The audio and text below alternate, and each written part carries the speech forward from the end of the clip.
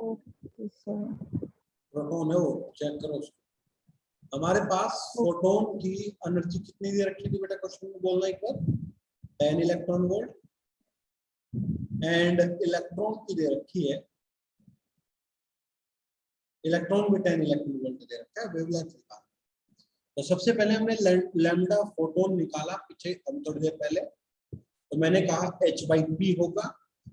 Now p को मैंने replace किया, मैंने कहा फोटोन के लिए E pc के बराबर होता है, तो वहां से hc/E आया और मेरा सोल होके 1240 एंगस्ट्रॉम रिजल्ट आ गया। अब बात आती है लैम्डा इलेक्ट्रॉन की। तो मैं अभी एक बात कह रहा था, जब मेरी बात बीच में कट गई। मैं कहा कि जब रिलेटिविस्टिक केस आए तो क्वेश्चन में वो चीख कर कहेगा कि रिलेटिविस्टिक रिलेटिविस्टिक रिलेटिविस्टिक, बार बार आपको बताने की कोशिश करेगा कि वो रिलेटिविस्टिक इलेक्ट्रॉन है, या फिर वो वेलोसिटी देगा, वहां से आप अंदाजा लगाओगे। अगर क्वेश्चन में कुछ भी जिक्र ना हो तो आप उसको नॉन रिलेटिविस्टिक मान सकते हैं। मैं दोबारा रिपीट करता हूं मैं क्या कह रहा हूं। क्वेश्चन में आइदर वेलोसिटी देगा, उससे आप अंदाजा लगा लोगे, या क्वेश्चन में कहेगा कि रिलेटिविस्टिक केस लगाओ, अन्यथा आप नॉन रिलेटिविस्टिक केस ही लगाओगे, उसी को प्रेफर करोगे, क्योंकि the calculation wise non relativistic case आपका आसान होता है। तो जब भी वेलोसिटी हो तो हम रिलेटिविस्टिक की तरफ जाएंगे, और जब भी हमारे पास कहे कि रिलेटिविस्टिक तो हम रिलेटिविस्टिक की तरफ जाएंगे, अन्यथा नॉन रिलेटिविस्टिक की तरफ ही रहेंगे। बात क्लियर बेटा? वो तो बताओ बेटा, बात क्लियर है क्या? Yes sir, yes sir. अब इलेक्ट्रॉन के लिए in term of energy, electron के लिए इन टर्म ऑफ एनर्जी मैं पोटेंशियल का आपसे फॉर्मूला पूछना चाहूंगा कि कितना आया था, बोलो बेटा। √150 वो वाला सर। अब यही तो आप गलती कर जाओगे अगर आपको दिक्कत आई तो। चलो एक बार बताओ कितना, √150/V, ये कह रहे हैं ना बेटा, √150/V। सर पोटेंशियल है sir. Potential, yes potential. V में थोड़ा सा अलग दिखा देता हूँ, यहाँ से एक अंदाजा पता लगेगा, एक बहुत बड़ी बात पता लगेगा। मैं बताता हूँ क्या, V, और ये आंसर किसमें आएगा, एंगस्ट्रॉम में आएगा। पुट करना बेटा जरा एक बार, 150 and what is the potential here, कोई बच्चा बता सकता है? देखो ये एनर्जी है, ये क्या है बेटा, इलेक्ट्रॉन वोल्ट क्या है, energy. Electron volt is the energy, 10 electron volt. और बेटा एनर्जी होती है E इंटू द पोटेंशियल। तो कोई बच्चा E से E को कैंसिल करके मेरे को पोटेंशियल की वैल्यू बता सकता है कितनी है, 10 वोल्ट। क्या मेरी बात समझ में आई बेटा जो मैं कहना चाह रहा हूँ? 10 इलेक्ट्रॉन वोल्ट क्या है, इलेक्ट्रॉन वोल्ट एनर्जी है, और वोल्ट क्या है, वोल्ट आपका पोटेंशियल है।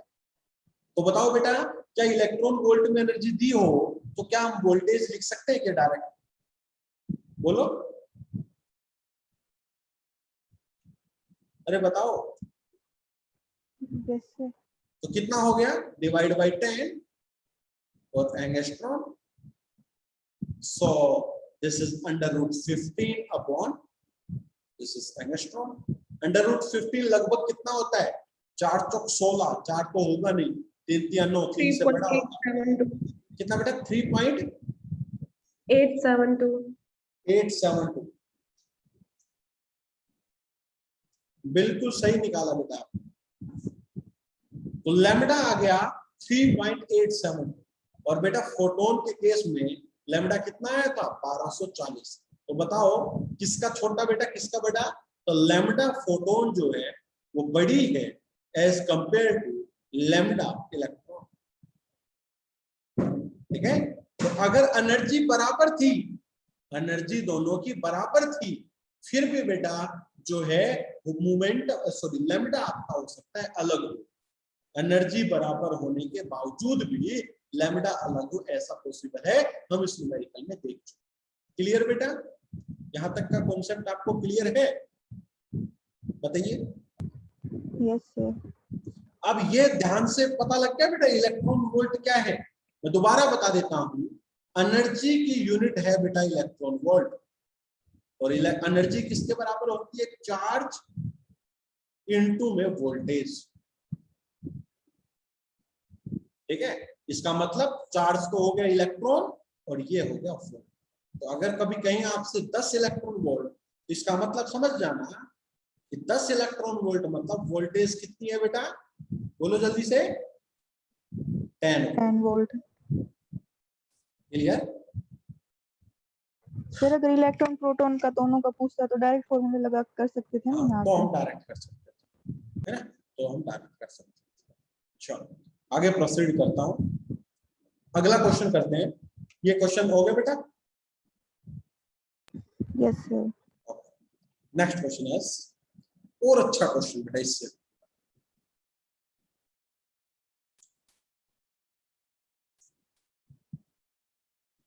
Energy of a particle at absolute temperature, और अच्छा क्वेश्चन है बेटा उससे भी, T is of the order KT। Energy किसके बराबर है टी टेम्परेचर पे? KT के बराबर। अगर ये बात गिवन ना भी होती तो एनर्जी KT के बराबर हम लेकर चलते हैं। उसके बाद कैलकुलेट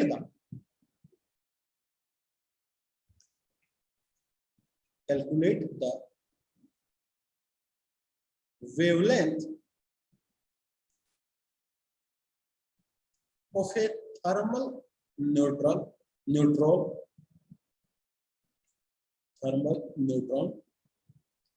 at 27 डिग्री सेल्सियस, है ना? मास ऑफ न्यूट्रॉन होता है लगभग आपका प्रोटॉन से थोड़ा सा भारी होता है, 1.6 into 10 raised to power 1.67 10 raised to power -24 ग्राम। ग्राम में होता है, किलोग्राम में करेंगे तो बेटा 1.6 into 10 raised to power कितना हो जाएगा बताना केजी में? -27 लगभग न्यूट्रॉन और प्रोटॉन का मास बराबर होता है, और ये 1836 गुना होता है इलेक्ट्रॉन के कंपैरिजन।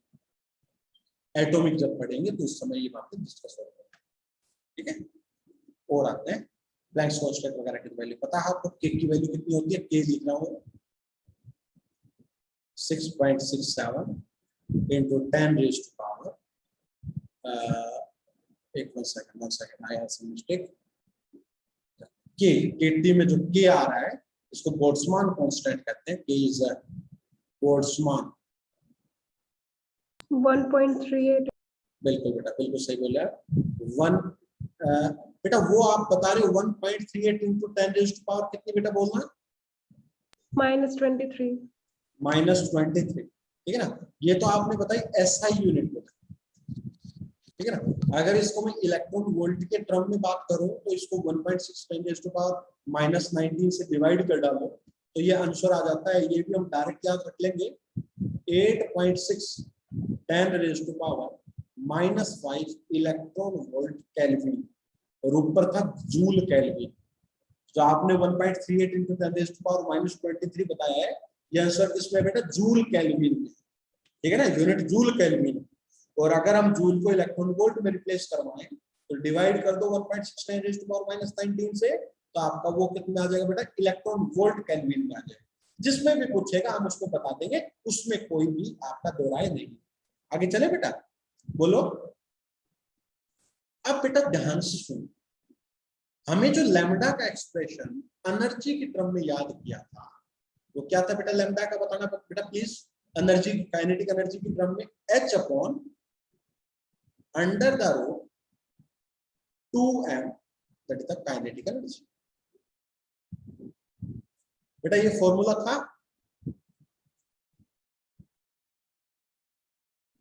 अरे था नहीं था? अब देखो बेटा, न्यूट्रॉन जो है ना, न्यूट्रॉन जो है वो न्यूट्रल होता है। न्यूट्रॉन जो है इस पर चार्ज कितना होता है, 0। तो बेटा जब कभी चार्ज 0 हो तो उस पर पोटेंशियल देकर एनर्जी नहीं दी जा सकती, क्योंकि बेटा पोटेंशियल से एनर्जी कैसे होती है, चार्ज इनटू V तो आता है। अब चार्ज 0 है तो क्या पोटेंशियल से एनर्जी दे सकता हूं क्या, पोटेंशियल से एनर्जी नहीं दी जा सकती। तो न्यूट्रॉन को किस तरीके से एनर्जी दी जाएगी बेटा, बाय टेम्परेचर। मेरी बात समझे नहीं समझे, न्यूट्रॉन को अगर एनर्जी देनी है तो बेटा वो पोटेंशियल लगाकर नहीं दी जा सकती, क्योंकि पोटेंशियल देते हो तो एनर्जी आती है charge into the potential. Charge 0 है तो एनर्जी 0 हो जाएगी, तो पोटेंशियल कितना भी लगाए जाओ एनर्जी चार्ज पार्टिकल को नहीं मिलेगी। न्यूट्रॉन को अगर एनर्जी देनी है तो उसका टेम्परेचर बढ़ाओ। तो टेम्परेचर का साथ एनर्जी का क्या रिलेशन है बेटा, जो काइनेटिक एनर्जी आती है वो K इंटू T आती है। काइनेटिक एनर्जी जो आती है वो K इंटू T आती है, ये ऊपर भी लिख दिया। The energy of the particle at absolute temperature T in order of KT, ठीक है ना। रियलिटी में तो हालांकि 3/2 KT और ऐसे करके आती है, लेकिन फिलहाल के लिए गिवन क्वेश्चन में KT है तो KT ही मान ले देगा। वो 3/2 KT है, 1/2 KT है, कुछ भी ना दिया हो तो KT भी मान सकते हैं। तो अगर मैं KT मानूंगा तो लैम्डा क्या है, H upon under the 2m K into T। Value put करते हैं, H की value 6.610 raised to power minus 34, सारी SI यूनिट पुट कर लेते हैं। 2 मास कितना बेटा, 1.6710 raised to power minus 27, Boltzmann constant joule में 1.3810 raised to power minus 23, and temperature है 27। बेटा 27 डिग्री सेल्सियस है, इसको केल्विन में बदलने के लिए क्या करें बताओ बेटा, 27 को 273 में ऐड कर दो तो कितना बन गया, 300 केल्विन बन गया, नहीं बन गया बेटा। Temperature must be put in the kelvin, temperature must put in the kelvin, temperature आपका केल्विन में ही होना चाहिए। क्लियर, बोलो बेटा। थोड़ा सा इसमें एक मिस्टेक कर दी, मिस्टेक क्या, इसकी यूनिट में देखो, जूल पर केल्विन आएगा बेटा, जूल पर केल्विन, पर केल्विन करना बेटा, यूनिट जब लिखो ना तो जूल पर केल्विन, केल्विन नीचे आता है, क्योंकि देखो ना एनर्जी आपका किसके बराबर है, KT के बराबर, तो K किसके बराबर होगा, एनर्जी बाई T, तो जूल और नीचे केल्विन, टेम्परेचर नीचे आएगा। ये एक बात थोड़ा सा देख लेना। टेम्परेचर की वैल्यू मैंने 300 पुट की, अब बेटा सोल्व करना आपका काम, मेरे को आंसर बताओ लैम्डा। सर जब रूम टेम्परेचर होता है सर तब एनर्जी 26 मिली इलेक्ट्रॉन वोल्ट होती है सर, वहां से वोल्टेज निकाल के सर डायरेक्ट नहीं निकाल देंगे। कितना बेटा, बेटा सर वोल्टेज वो देखो ना, वोल्टेज इलेक्ट्रॉनिक्स में करवाया था ना बेटा, मैं आपकी बात से बिल्कुल सहमत हूँ, लेकिन मैं आपकी बात का विरोध करता हूँ। क्यों, क्योंकि जब हम पोटेंशियल वाला मेथड करते हैं तो उसमें चार्ज कितना पुट करते हैं बेटा, चार्ज पुट करते हैं नहीं करते, ये बताओ। जब V हम फार्मूला निकालते हैं और न्यूट्रॉन पर चार्ज कितना है बेटा, 0, तो क्या वो फॉर्मूला निकल के आएगा बताओ,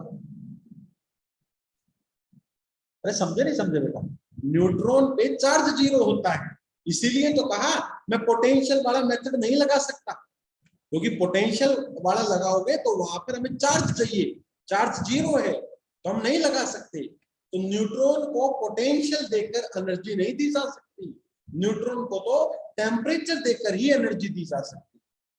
मेरी बात समझ में आई बेटा, बोलो। ओके शाबाश बेटा, आप ये कैलकुलेशन सोल्व करके दिखाओ मेरे पेपर प्लीज, बताओ क्या कुछ आएगा।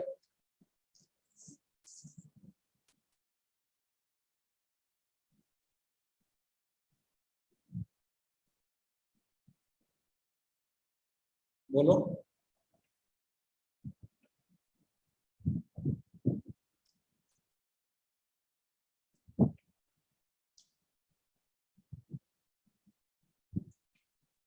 आया बेटा?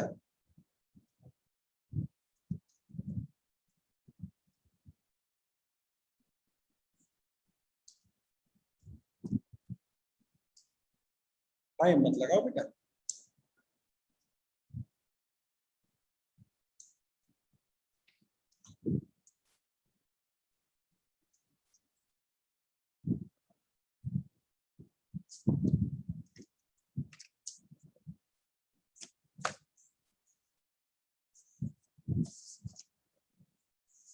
अरे यार शो नहीं हो रहा क्या?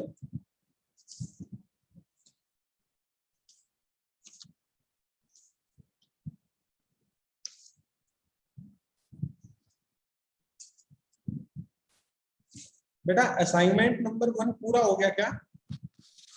Sir, 0.177 into 10 raised to power minus 9.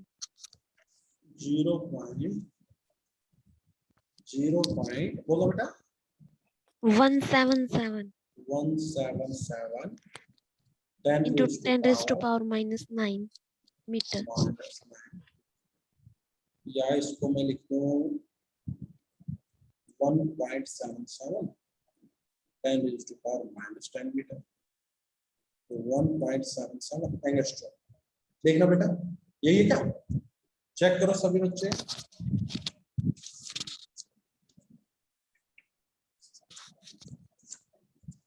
Check करो बेटा।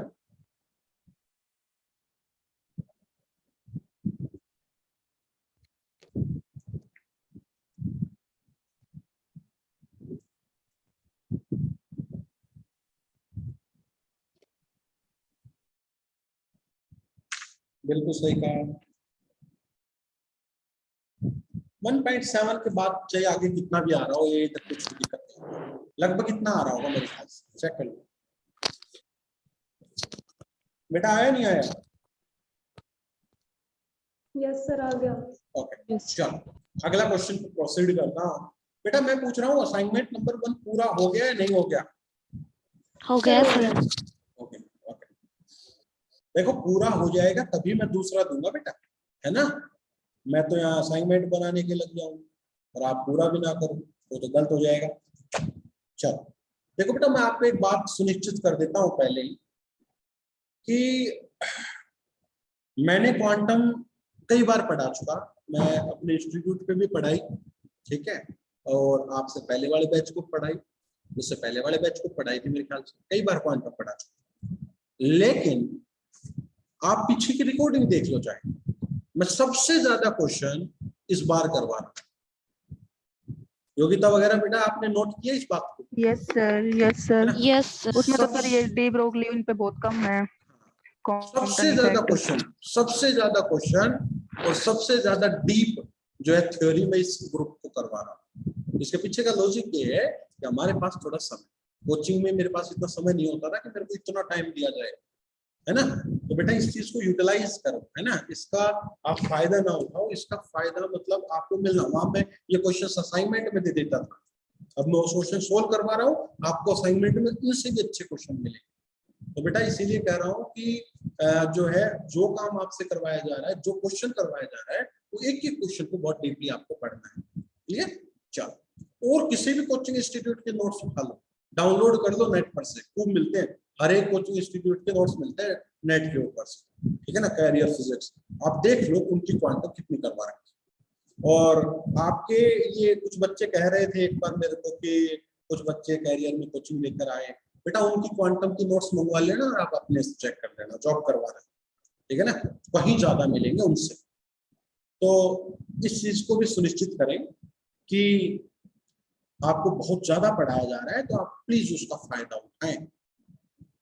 व्हाट इज द क्वेश्चन है बेटा, what is the de Broglie wavelength of electron of energy 0.1 mega electron volt. Generally जब इलेक्ट्रॉन वोल्ट लिखते हैं बेटा तो वो वहां पर जो V आता है वो कैपिटल V आता है, याद रखना। है ना। जब भी हम इलेक्ट्रॉन वोल्ट लिखते हैं तो ई वी जो आएगा वो कैपिटल वी लिखते हैं। ये इन फ्यूचर आपके लिए नोटेशन के लिए बताया मैंने। Using both relativistic and non-relativistic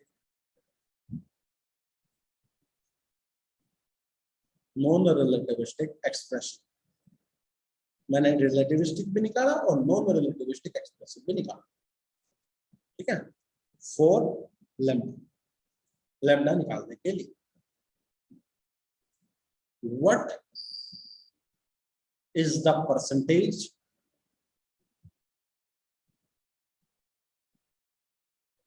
error is using non-relativistic expression? Non-relativistic expression, ये नॉन रिलेटिविस्टिक एक्सप्रेशन अप्लाई करने से, मान लो केस है रिलेटिविस्टिक और आपने नॉन रिलेटिविस्टिक केस निकाला, तो कितना एरर आएगा? एक्सप्रेशन फॉर लैम्डा, ठीक है बेटा। ये आपका क्वेश्चन, मैं आपको इस क्वेश्चन से ये आभास करवाना चाह रहा हूं कि गलती से आपने रिलेटिविस्टिक की जगह नॉन रिलेटिविस्टिक केस लगा दिया तो कितना एरर आ सकता है ना, एरर परसेंटेज कितनी आ सकती है। तो बेटा हम दो फॉर्मूले पता है, एक तो नॉन रिलेटिविस्टिक बेटा इन टर्म्स ऑफ एनर्जी, किसके लिए बेटा? इलेक्ट्रॉन के लिए। बताओगे कितना फॉर्मूला यूज करते हैं बेटा? अंडर द रूट, बोलना बेटा प्लीज, 150, अरे यही तो होता है बेटा, yes sir, into potential V, और ये आ जाता है एंगस्ट्रॉम में।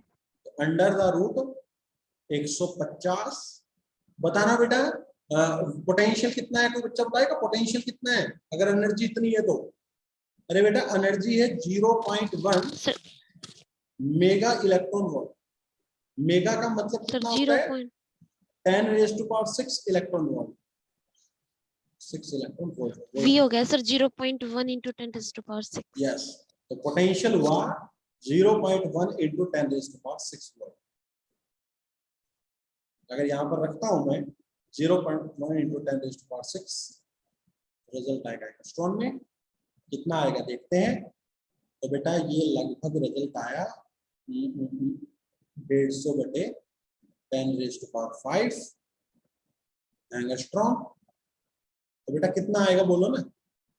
मैं 150 into 10⁻⁻⁵, या मैं इसको कह दूं 150 या 15 गुणा 10⁻⁻⁴। 15 का अभी अभी सोल्व किया था रूट आपने, लगभग मेरे ख्याल से 3.8 बताया था किसी बच्चे ने, है ना बेटा? यस सर, यस हाँ, और 10⁻⁻⁻² एंगस्ट्रॉम, तो लगभग बेटा 0. मेरे ख्याल से 038 एंगस्ट्रॉम। क्या आता है फॉर्मूला बेटा जब हम नॉन रिलेटिविस्टिक निकालते हैं? जब हम नॉन रिलेटिविस्टिक केस निकालते हैं तो ये हमारा फॉर्मूला है बेटा। एक डिजिट आगे तक चलते हैं क्योंकि हम करेक्ट आंसर निकालेंगे। बेटा कोई मेरे को √15 की एग्जैक्ट वैल्यू बता दो प्लीज। 3.87। 3.87। Yes sir 2। ठीक है, 3.872 बताया, तो उसी के हिसाब से हम चल लेते हैं, एक बार एग्जैक्टनेस की तरफ चल लेते हैं। अब चलो लैम्डा नॉन रिलेटिविस्टिक निकालो बेटा। लैम्डा रिलेटिविस्टिक का फॉर्मूला आपको याद है? मैं आगे चलता हूं, आगे प्रोसीड करो बेटा, मैं बोलो। Yes sir. Okay, lambda relativistic का फॉर्मूला हमें बेटा पता है H अपॉन, बताओ बेटा जब वोल्टेज के रूप में क्या था? बोलो बेटा 2MEV, याद है बेटा वो formula? 1 + EV twice of m0c²। देखो बेटा अगर याद हो तो वो फॉर्मूला, हाँ जी बेटा,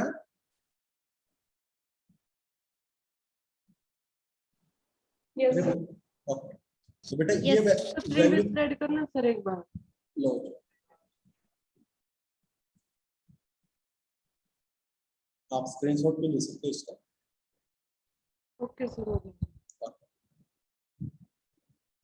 चलो तो लैम्डा बताइए बेटा, किसी का छूट जाए तो बता दिया करो, है ना, छूट गया तो लैम्डा की वैल्यू बेटा पुट करते हैं 6.6 10 raised to power minus 34 upon में under the root 2 mass of electron बेटा 9.1 10 raised to power minus 31 electron 1.6 10 raised to power minus 19।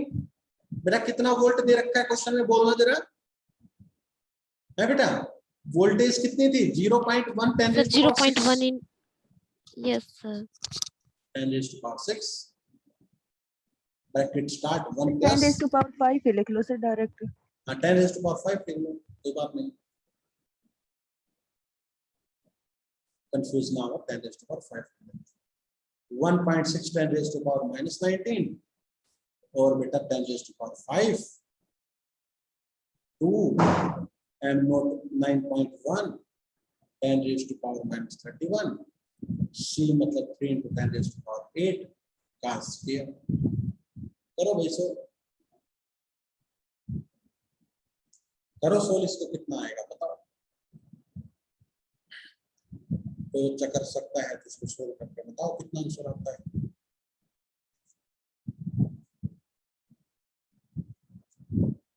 बताइए बेटा 6.6 10 raised to power minus 34 upon under the root भैया 31 और 19 9 और 10 3 4 5 माइनस 50 पावर और भाई 45 power 2 into 9.1 into 1.6 into 10 raised to power minus 45 नहीं होगा ना बेटा, और 1 plus 1.6 और नीचे भैया 2 into 9.1 into 3 9 पावर 8 दूनी 16 और भैया 31 में से 16 गए है बेटा, 31 में 16 गए कितना बचे 15 और ऊपर 15 गए तो भाई ऊपर प्लस का 15 हो जाएगा, होगा नहीं होगा। तो भैया 15 plus 5 20 और माइनस का 19 तो 10 बच गया, तो ऊपर बच गया 160 तो 6.6 10 raised to power minus 34 under the root ये करना बेटा 2 into 9.1 into 1.6 कितना होता है, क्या सोल्व कर लो 29.12. 29.12 into 10 raised to power minus 45 1 plus आगे बताना बेटा 160 बचा ऊपर 160 डिवाइड बाई 2 into 9.1 into 9 बताओ फाइनल आंसर बताना है बेटा। मेरी अगली क्लास है बेटा 11 बजे, जल्दी करो, समय नहीं है मेरे पास।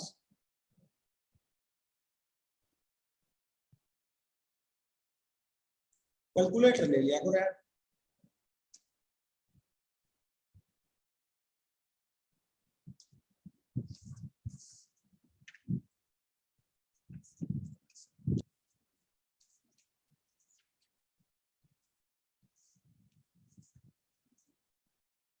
कितना आया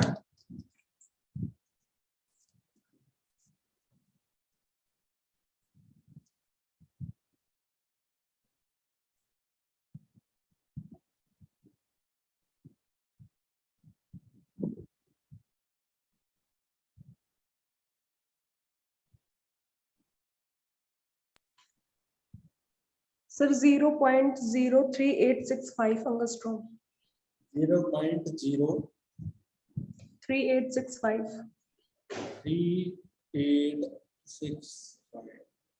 तो उसमें कितना आया था भाई, उसमें कितना आया था बेटा 0.03872 थोड़ा सा इसमें देखो यार 37 आ रहा है, चेक करो तो गलती ना हो जाए, लास्ट डिजिट तक चलना बेटा, थोड़ा सा वो मत लेना 9.1 को कभी 9 ले लो, है ना। बिल्कुल लास्ट डिजिट तक बताओ मेरे को एग्जैक्ट आंसर। इतने से करोगे तो एरर कम आएगा। किसी और बच्चे का यही आया क्या?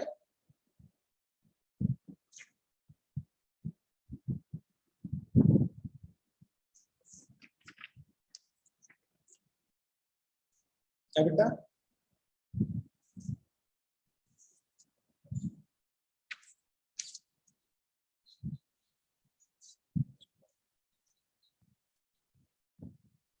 कहीं तो निकाल ही नहीं रहे।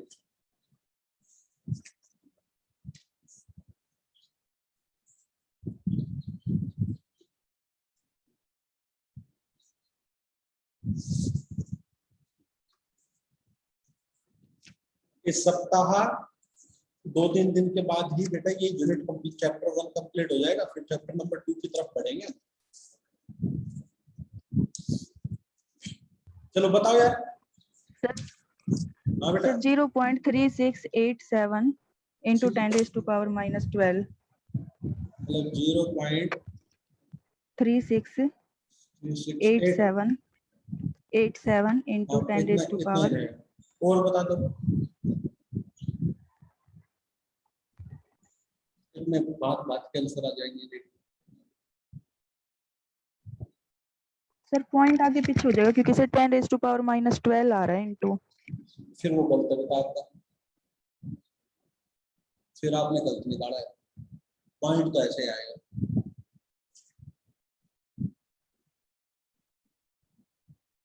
फिर आपने वो गलत निकाला है पावर। और कोई एक आधा बच्चा बताए तो बता दो यार आंसर लैम्डा का। सर आप बता दो फाइनल, हम फिर करके देख लेंगे। मैं तो बता दूंगा बेटा, मैं शुरू में बता देता, मगर एक बार थोड़ा हाथ चलाओगे तो पता लगेगा।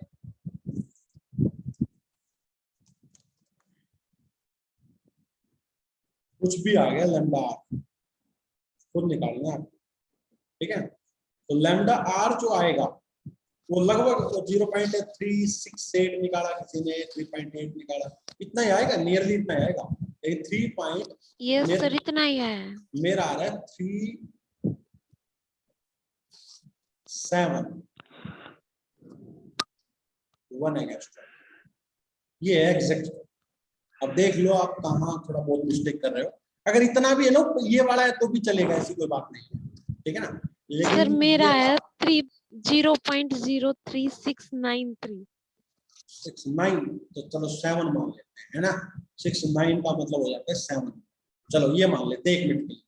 तो लैम्डा आर आ गया बेटा, आप निकाल के देख लेना, कोई ऐसी बात नहीं है।